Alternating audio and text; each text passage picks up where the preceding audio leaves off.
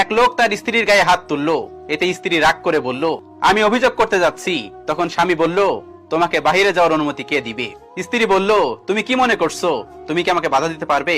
স্বামী বলল, তোমার যা ইচ্ছা করো, দেখি তোমার দৌড় কতটুকু। স্ত্রী সাথে সাথে বাথরুমে ঢুকে পড়লো। তাই লোকটি চিন্তা করলো, হয়তো সে বাথরুমের জানালা দিয়ে বাইরে যাওয়ার চেষ্টা করছে।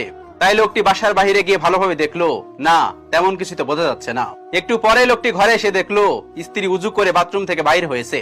লোকটিকে তার স্ত্রী উদ্দেশ্য করে বলল, আমি তার কাছে অভিযোগ জানাবো যিনি আমাকে তোমার অধীনস্থ বানিয়েছে, যেখানে তোমার কোনো দেয়াল নেই, নেই কোনো দরজা যা দিয়ে তুমি আমাকে বাধা দিবে। তার দরজা তো বন্ধ করা যায় না। লোকটি আর কিছু বলল না, টেনশনে পড়ে গেল।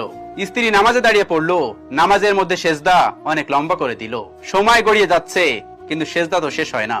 অনেকক্ষণ পর নামাজ শেষ হলো। নামাজ শেষ করে স্ত্রী যখন দুহাত উঠালো, তখন লোকটি তার হাত ধরে ফেললো এবং বলল, সেজদায় আমার জন্য যে পরিমাণ বদদোয়া করেছো তাতেই কি যথেষ্ট হয়নি? আল্লাহর শপথ করে বলছি, এই একটুখানি রাগারাগি আমি ইচ্ছা করে করিনি। তুমি আর বদদোয়া করো না প্লিজ। তখন স্ত্রী বলল, এই জন্যই আমি তোমার জন্য বদদোয়া করিনি, আমি বদদোয়া করেছি শয়তানের জন্য।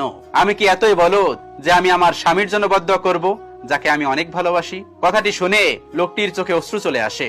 স্ত্রীর হাতে চুমু খেয়ে বলল, আমি তোমাকে প্রতিশ্রুতি দিচ্ছি আর কখনোই তোমাকে কষ্ট দিব না, ইনশাআল্লাহ। এটাই হলো একজন দিনদার স্ত্রীর ঘটনা। আল্লাহ রাব্বুল আলামিন আমাদের সবাইকে বোঝার তৌফিক দান করুন, আমিন।